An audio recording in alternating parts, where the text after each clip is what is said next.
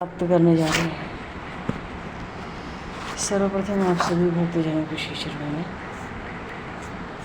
भगवत भाव से सादर वंदन सादर नमन। आप सभी को भी यथायोगी जय श्री राम, जय जय श्री राधे, हरि शरणम, जय श्री गुरु महाराज जय श्री बरहा पीड़म नटवर वपु कर्णियो कर्णिकारम बिभ्रदभासा कनककपिशं वैजयन्तीं च मालां रन्ध्रान् वेणुर्धरसुधया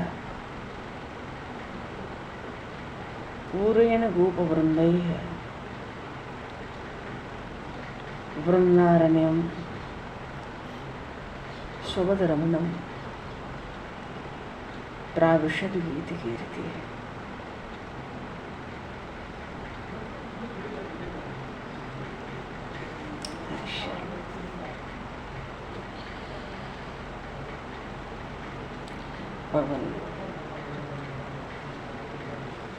एक तरह से कार्तिक मास वैष्णवों का आरंभ है और इस कार्तिक मास में विशेष रूप से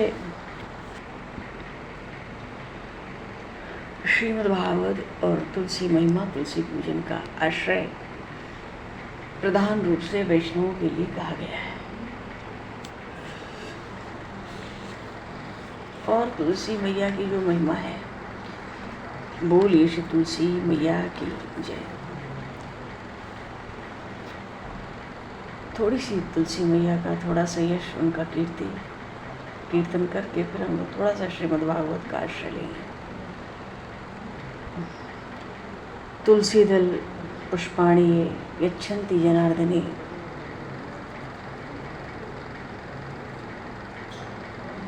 कार्तिके सकलं वत्स पापम जन्मार्जितं दहे दृष्टा स्पृष्टात् वाध्याता कीर्तिता नामतस्तुता रूपिता से चिता नित्यं पूजिता तुलसी नता नवधा तुलसी भक्तम मे कुर्वन्ति दिने दिने युग कोटि सहस्राणि तन्वन्ति सुकृतं मुने।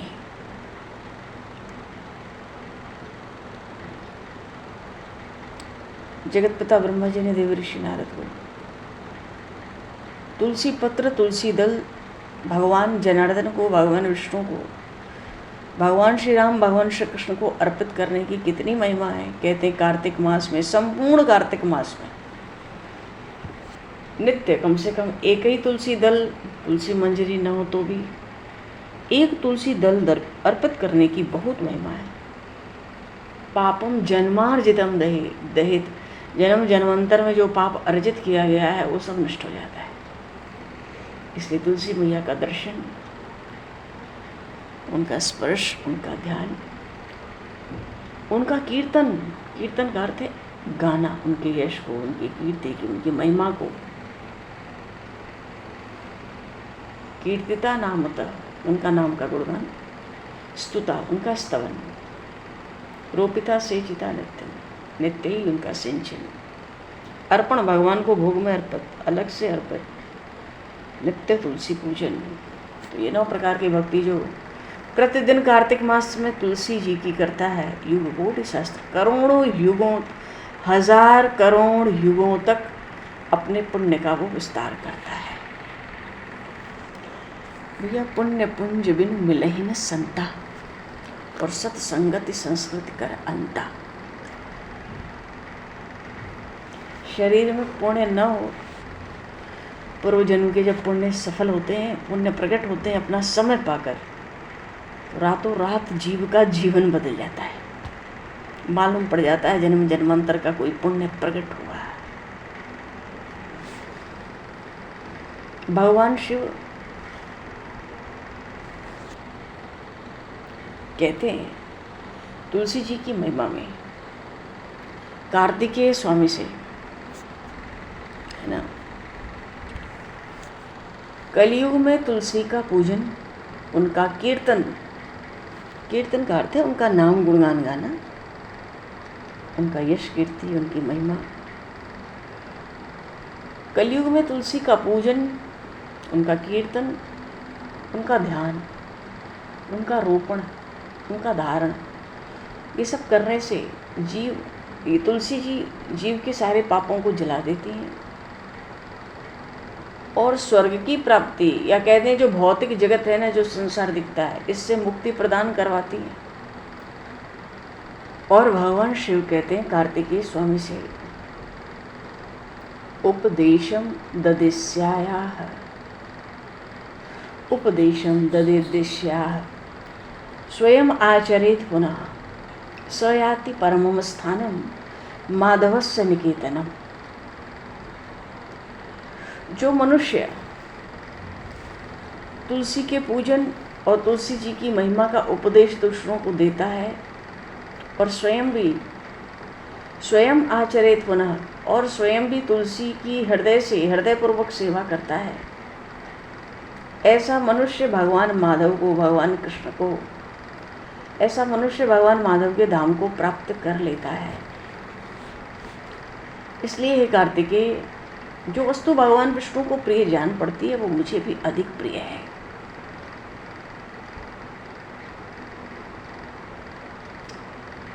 और तुमने तो अभी तक गुरु ब्राह्मण देवता सारे तीर्थों की उचित रूप से सेवा की है, इसलिए हे स्कंद, अब तुम तुलसी सेवा करो। उसमें कोमल तुलसी दलों के द्वारा प्रतिदिन भगवान की पूजा करो।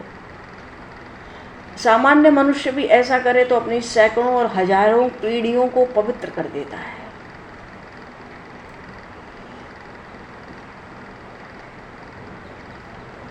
और भगवान शिव को तृप्ति थोड़ी होती हो, तो कहते हैं जो मैंने कुछ प्रमुख गुण बताए हैं वो तो 2-1 गुण की बात है तुलसी जी के, नहीं तो उनके संपूर्ण रूप से उनका वर्णन करना तो असंभव है।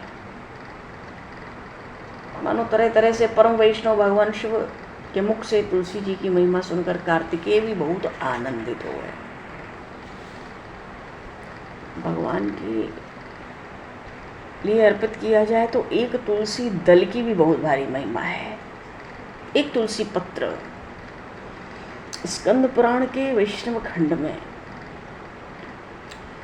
तुलसी जी की महिमा का वर्णन करते हुए स्वयं भगवान कहते हैं, अभी भगवान शिव महिमा सुना रहे थे, अब स्वयं भगवान। और भगवान किसको सुना रहे हैं? शिव जी तो कार्तिकेय स्वामी को सुना रहे थे और भगवान साक्षात जगत पिता ब्रह्मा जी को सुना रहे। प्रभु कहते हैं, हे ब्रह्मा जी, जो मनुष्य प्रतिदिन तुलसी की मंजरियों से मेरी पूजा करता है वो बैकुंठ जाने का अधिकारी होता है। और जो तुलसी का पौधा लगाकर उसके पत्तों से मेरी पूजा करता है वो तो मेरे निवास स्थान श्वेत द्वीप में परम आनंद का अनुभव करता है। जो तुलसी दल से प्रतिदिन मुझ लक्ष्मीपति की पूजा करता है उसके महापातक भी नष्ट हो जाते, फिर उसके उपपातकों का क्या कहना है? उपपातकों की क्या बात है? भयंकर भयंकर जो पाप हैं, ब्रह्म हत्या से भी बढ़कर ब्रह्म हत्या जैसे, वो भी नष्ट हो जाते हैं। तो छोटे मोटे पापों की फिर क्या बात है?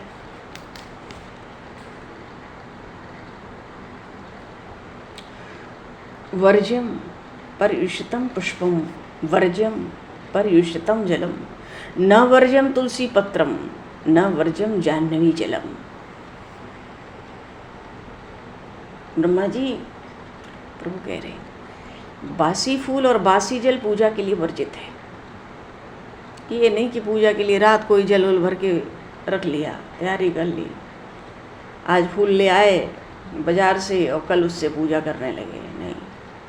बासी फूल बासी जल पूजा के लिए वर्जित है। पर तुलसी दल मानो पत्र, तुलसी पत्र और गंगा जल बासी होने पर भी वर्जित नहीं है। पद्म पुराण में एक जगह आया कि दर्शनम नर्मदायास्तु गंगा स्नानम विषाम वर तुलसी दल स्पर्शम तुलसी दल संस्पर्श समम ए तत्रय स्मृतम। नर्मदा नदी का दर्शन। नर्मदा जी का दर्शन भगवान शिव को बहुत प्रिय है। मेकल सुता नर्मदा जी, सब नर्मदेश्वर महादेव अपने आप उसमें प्रकट होते हैं। प्रतिष्ठा भी नहीं करनी पड़ती उनकी, क्यों? नर्मदा जी से आ रहे हैं। तो नर्मदा जी का दर्शन और गंगा जी का स्नान और तुलसी पत्र का स्पर्श, इनकी एक जैसी महिमा है। बोलिए श्री तुलसी मैया की जय। गंगा गंगा गंगा।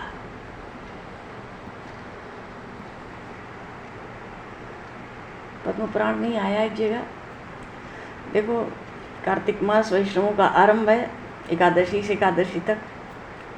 तो हम लोग भी प्रभु कृपा करें, तुलसी मैया कृपा करें, श्रीमद् भागवत के ही आश्रय में चलें और तुलसी मैया का नाम कीर्तन, उनका स्तवन वंदन इसी बहाने कुछ उनका कीर्तन वाणी से होता रहे। पद्म पुराण में आया, मणि कांचन पुष्पाणि तथा मुक्ता फलानितु तुलसी पत्र दानस्य कलाम नारहंति शेषिन। मणि, स्वर्ण, पुष्प, मोती, अन्य इनका कोई दान करे और तुलसी पत्र का दान करे, तो तुलसी पत्र का जो दान है उसकी 16वीं कला के बराबर ये सब दान नहीं होते। मणि, स्वर्ण, मोती आदि, चाहे पुष्प ही क्यों ना हो। अब भगवान को कोई मणि, स्वर्ण, पुष्प, मोती अर्पित करे, भगवान कहते भाई तुलसी पत्र ले आवे। भगवान हमेशा कौस्तुभ मणि धारण करते हैं कंठ में, सहज रहता है कौस्तुभ मणि, हमेशा ही रहता है प्रभु को, कौस्तुभ मणि धारण करते हैं। और भगवान कहते हैं कि बेलपत्र, शमी का पत्र, चमेली का पत्र, कमल और कौस्तुभ मणि भी, इन सब से तुलसी दल मुझे सर्वाधिक प्रिय है। पर उसके पत्ते कटे न हों और जो मंजरी के साथ हों, ऐसी तुलसी तो मुझे लक्ष्मी के समान प्रिय है।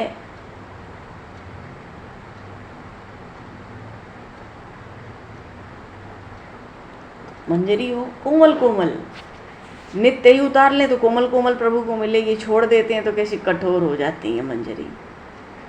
भगवान इतने कोमल हैं, कोमल कोमल मंजरी नई नई, उसके संग कम से कम 2 तुलसी दल हों दोनों तरफ।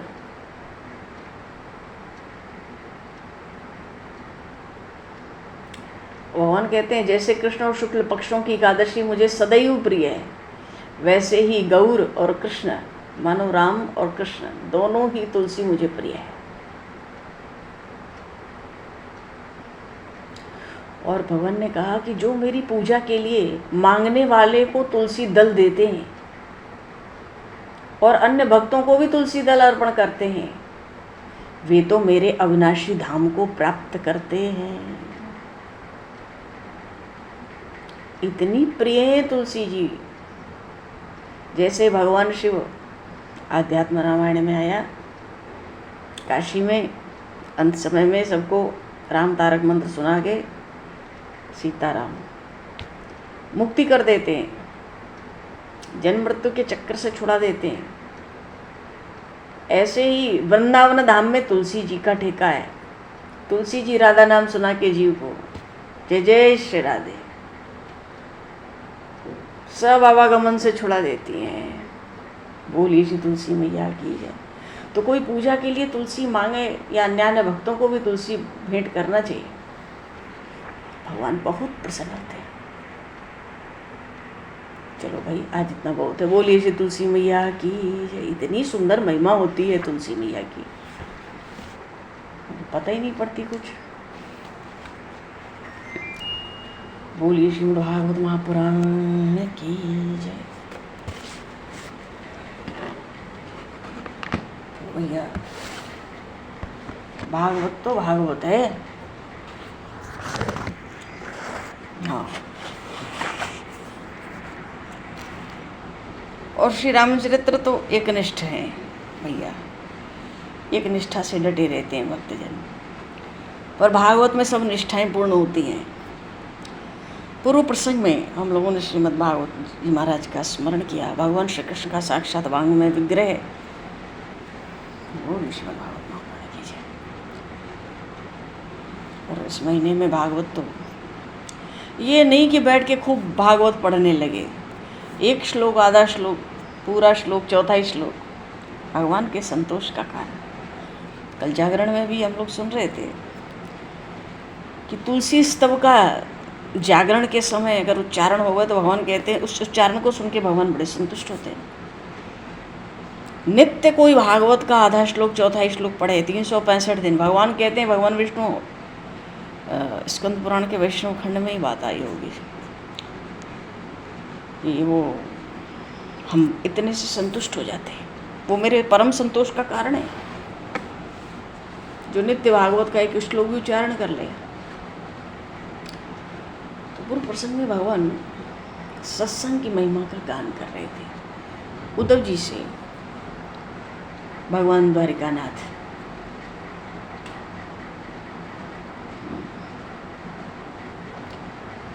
और उन गोपियों की महिमा में भगवान श्री कृष्ण ने यहाँ तक कहा, तास्ताह क्षपाह प्रेष्ठ तमेन नीता मय्येव वृंदावन गोचरेण क्षणार्धवत्ताः पुनरंग तासाम हीना मया कल्प समा बभूवुः। हीना मया कल्प समा बभूवुः।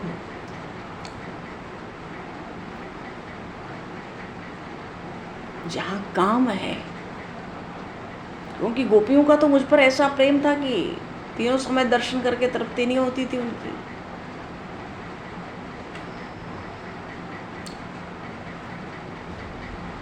ब्रह्मा आदि उस सुख के स्वाद को नहीं जानते। शिव को जीत लेने पर अभिमानी होकर वो काम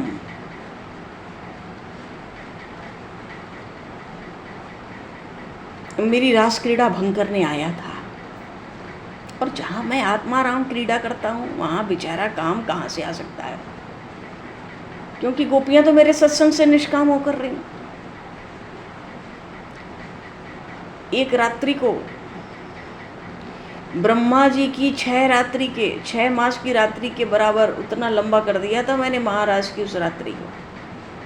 और वो गोपियों को वो रात्रि आधे क्षण की तरह मालूम पड़ी। क्षणार्धवत्ताः पुनरंग तासाम हीना मया कल्प समा बभूवुः। जहाँ काम है वहाँ मेरी प्राप्ति किसी काल में नहीं हो सकती।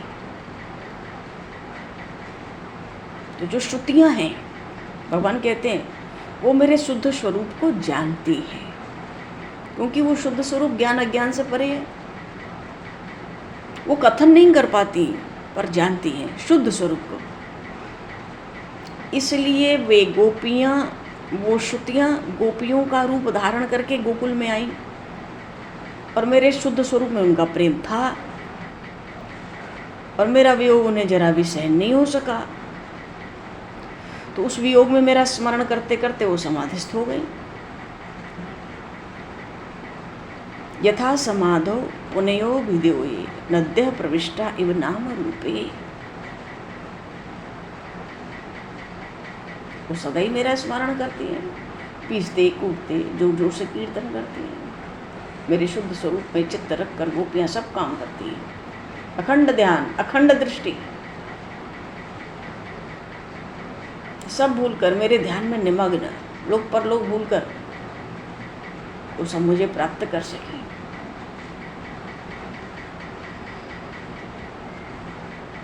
मत काम रमणम।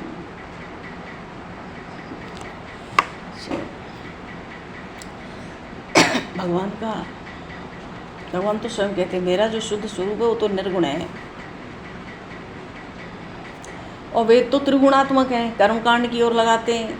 कर्म की गति बड़ी गूढ़ है, परम गूढ़। क्यों? विधि निषेध के बड़े झंझट हैं उसमें, इतने झंझट हैं विधि निषेध के, क्या करें क्या ना करें। पंडित भी चक्कर में पड़ जाते हैं, निर्णय नहीं कर पाते।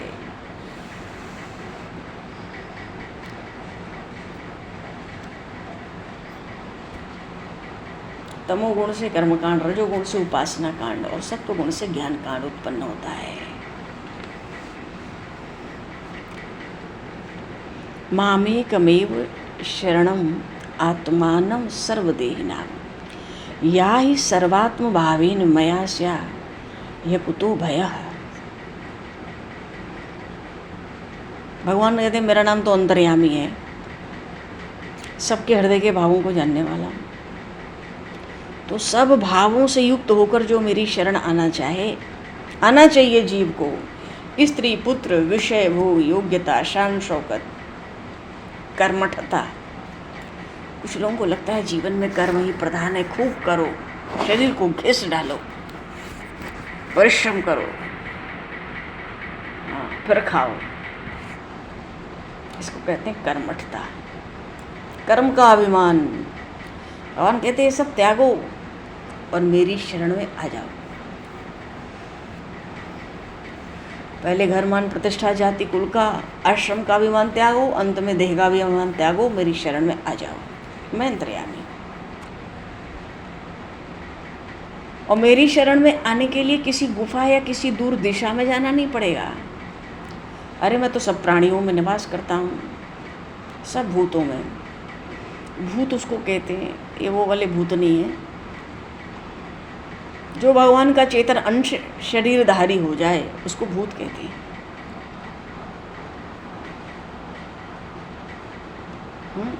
जीव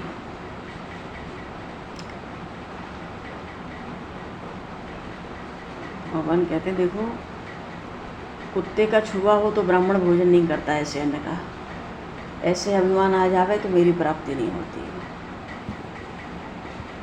मेरी शरण बिना अभिमान के आना चाहिए। मेरी शरण में आते ही बल प्राप्त होगा, काल और भय भाग जाएगा। हर एक तृण में अग्नि घुस जाए तो बड़े बड़े वन को जला के भस्म कर देती है। तो मेरी शरण में जीव आ जाए तो शरण में आने से संसार का ये जो बने है ना, संसार रूप बन, ये भस्म हो जाएगा। मामेकमेव शरणम आत्मानं सर्वदेहिना। उद्धव जी कहते हैं प्रभु आप तो योगीश्वर हो, योगियों के भी योगीश्वर हैं, सारे जगत के ईश्वर हैं।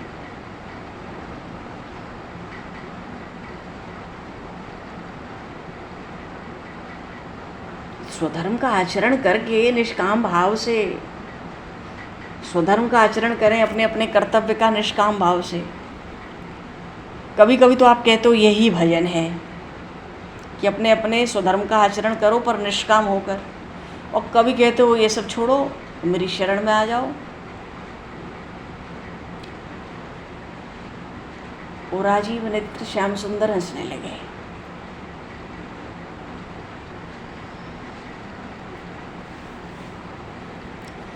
भगवान कहते हैं उद्धव देखो, जब तक जीव भाव रहेगा तब तक तुमको कर्तव्य मालूम पड़ेगा।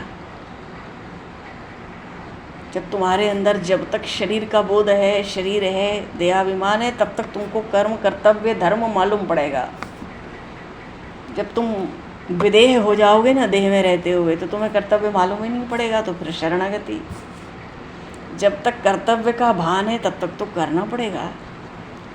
जब तक स्वरूप बोध नहीं होता तब तक कर्म करना पड़ता है, फिर तो कर्म की जड़ उखड़ जाती है। 100 आदमी मिलके उस व्यक्ति से काम नहीं करा सकता कोई कर्म। उद्धव जी को भी शंका हुई थी क्या करना चाहिए। कभी तो कहते हो अपने धर्म का आचरण करो निष्काम भाव से, कभी कहते हो सब छोड़ो, स्त्री पुत्र विषय भोग योग्यता शान शौकत कर्मठता कर्म का अभिमान सब त्यागो मेरी शरण आओ। इस शंका वाली बात हे माधव मत करो, मैं तो पहले ही भ्रमित हूँ। माया के कारण ही तो हम अपने को जीव मानते हैं, और जब तक जीव मानेंगे कर्तव्यता प्राप्त तो होती रहेगी कि हाँ भैया ये सब हमारा धर्म करना है।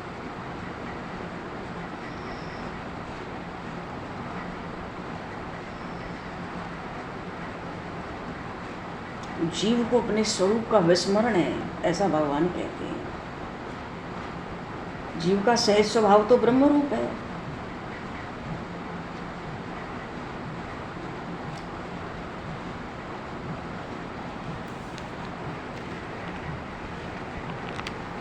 भगवद गीता में भगवान श्री कृष्ण ने अर्जुन जी को बहुत संक्षेप में स्वरूप बोध कराया, और कई बार कराया, क्योंकि वो तो मानने को तैयार नहीं है। उनको तो पता है मैं गांडीवधारी अर्जुन हूँ, क्षण भर में प्रलय ला सकता हूँ, ऐसी सामर्थ्य है। कौन सा दिव्यास्त्र मेरे पास नहीं है। मैं क्या नहीं कर सकता, मैं तो गांडीवधारी अर्जुन हूँ। तब तक भगवान उनको भी कर्मयोग ज्ञान योग का उपदेश करते रहे। और जब हाथ खड़े कर दिए विश्वरूप दर्शन करके, हाथ ऊपर कर देने का अर्थ है जय जय श्री राधे। क्या मतलब, मेरे हाथ में कुछ नहीं है, ये लाडली जी सब आपके हाथ में है। हाथ ऊपर, हर हर महादेव, हाथ ऊपर करने का अर्थ ही है मेरे हाथ में प्रभु जी कुछ नहीं है, जो है सब आपके हाथ में है।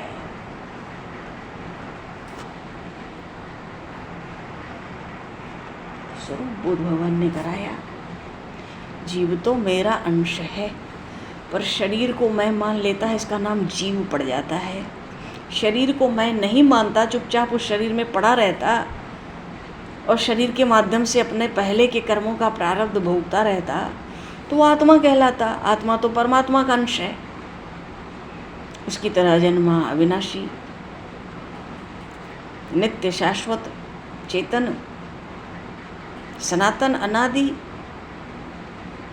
और वो शरीर में एक तो रहने की जगह क्या मिल गई, बैठने उठने लेटने की। शरीर को मैं कह देता है तो उसका नाम जीव पड़ जाता है। आत्मा देहधारी नहीं होती, जीव देहधारी होता है।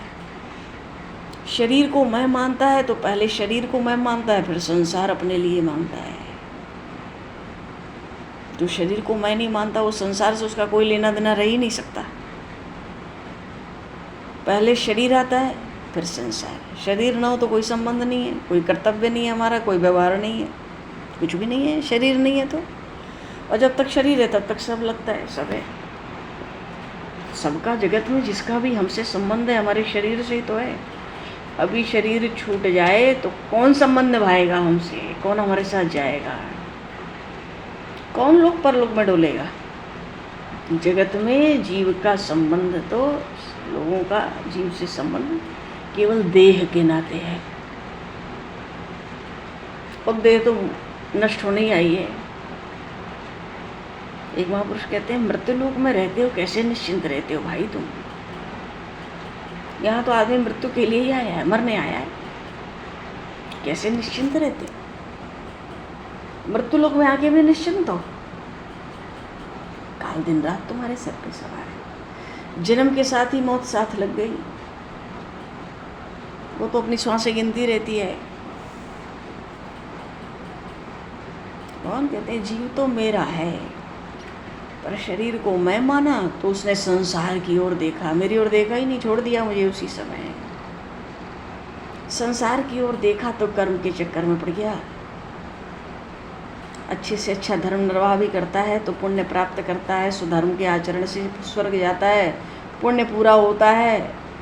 अप्सराओं की लात पड़ती है, अभिमान से फिर गिर के यहीं आता है। अब ये मेरी ओर देखे तब तो इसको स्वरूप ज्ञान हो। भगवान श्री राम कहते हैं, मम दर्शन फल परम अनुपा, जीव पाव निज सहज स्वरूपा। भगवान के दर्शन मात्र से जीव को सहज स्वरूप, सहज अपने स्वरूप का बोध हो जाता है, मालूम पड़ जाता है। सहज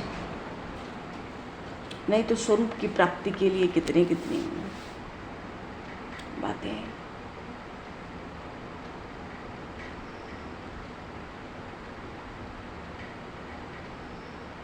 भगवान श्री कृष्ण ने उद्धव जी से एक जगह कहा, एवं गुरुपासन एक भक्त्या विद्या कुठारेण शितेन धीरा विवृश्चय जीवाश्रय प्रमुक्तः सपद्य संपद्य चात्मात्मथ त्यजात शत्रम। हे उद्धव, जैसे अंजनी नंदन को देखकर भूत भागता है ना, हनुमान जी को देख के भूत भागता है, और जैसे गंगा जल पापों को धोने में समर्थ है,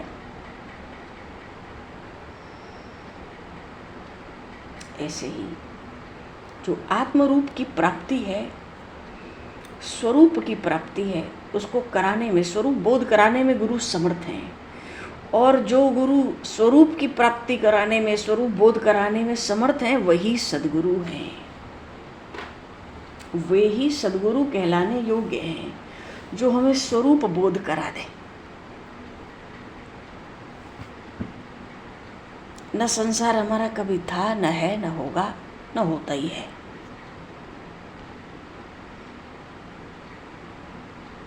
हम भगवान को माने न माने, भगवान थे, हैं, रहेंगे, रहते ही हैं, एक क्षण को भी नहीं छोड़ सकते। वो तत्व ही ऐसा है, कण कण में व्याप्त है। इसलिए गुरु भक्ति की भी महिमा गाई गई कि काय वचन मन से प्राण से गुरु में को अनन्य भाव से भजो। यही गुरु भक्ति है, क्योंकि गुरु से ही तो स्वरूप बोध हुआ कि हम शरीर संसार के नहीं, हम तो भगवान के हैं। बस फिर शरीर संसार को पीठ दिखा देता है, भगवान की ओर जीव चल पड़ता है। अब भगवान तो उसकी प्रतीक्षा करते ही रहते हैं, वो आनंद सिंधु भगवान, अनंत कोटि ब्रह्मांडों के नायक भगवान, आनंद सिंधु भगवान, और असीम सौंदर्य लेके जीव की प्रतीक्षा करते रहते हैं।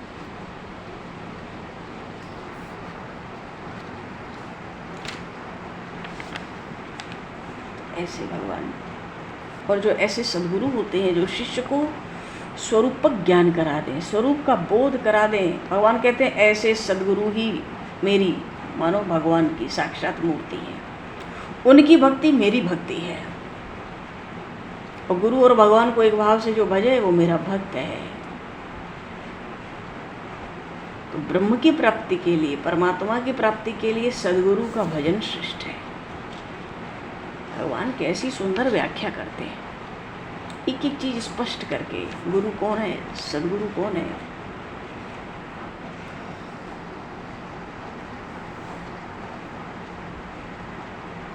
बोलिए श्री द्वारकाधीश भगवान की जय।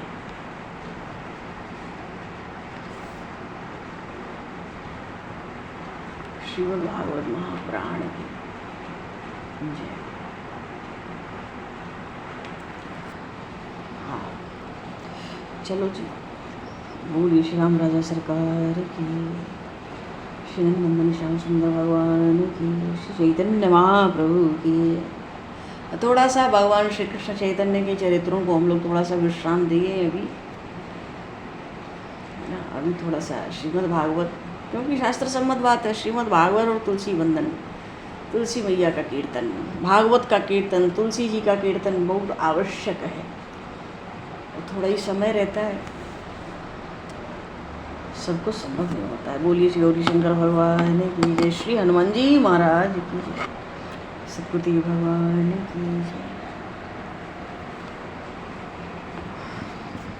समय को दृष्टिगत करते हुए आवाज़ यहीं पर वाणी को विराम। अभी कुछ ऐसा क्रम आया नहीं है ना, धीरे धीरे अब 1-2 दिन हो गए ना, अपने आप एक क्रम निश्चित हो जाएगा। थोड़ा सा कुछ दिन हम लोग भी वैष्णव के इस कार्तिक मास में श्रीमद् भागवत का कीर्तन करेंगे। समय को दृष्टिगत करते हुए वाणी को यही विराम। वाक्य पुष्पांजलि प्रभु के श्री चरणों में सादर समर्पित। और आप सभी को भी यथायोग्य जय श्री राम, जय जय श्री राधे हरि शरणम, जय जय श्री जय श्री राम, जय श्री राम, जय श्री राम, राधे राधे, जय श्री राम, जय राधे। बोलने भगवान जो कोई आप बोलना चाहें। क्या किया पागल ने? आवाज बंद करो प्लीज। बोलिए जी, बोलेगा कोई पहले, कोई भी आगे। बोलिए श्री गुरु महाराज की जय, बोलो श्री परमहंस महाराज की जय, सत्यदेव भगवान की जय, श्री आवर रामचंद्र भगवान की, राधे वर्गे स्वतंत्र भगवान, पार्वती सती सब कहेंगे, सब भक्तों की जय, सब महारानी की जय, भागवत महापुराण की जय, सब संतन की, सब भक्तों की जय, सबको प्रणाम। राधे राधे। गोविंद गोपाल गाते चलो कृष्ण गोविंद गोपाल गाते चलो अपनी मुक्ति का मार्ग बनाते चलो कृष्ण गोविंद गोपाल गाते चलो अपनी मुक्ति का मार्ग बनाते चलो काम करते रहो नाम जपते रहो काम करते रहो नाम जपते रहो पाप करने से हरदम तुम डरते रहो पाप करने से हरदम तुम डरते रहो नाम धन का खजाना बढ़ाते चलो नाम धन का खजाना बढ़ाते चलो कृष्ण गोविंद गोपाल गाते चलो कृष्ण गोविंद गोपाल गाते चलो अपनी मुक्ति का मार्ग बनाते चलो लोग कहते हैं भगवान आते नहीं लोग कहते हैं भगवान आते नहीं द्रौपदी की तरह तुम बुलाते नहीं तेरे गज की तरह से सुनाते चलो तेरे गज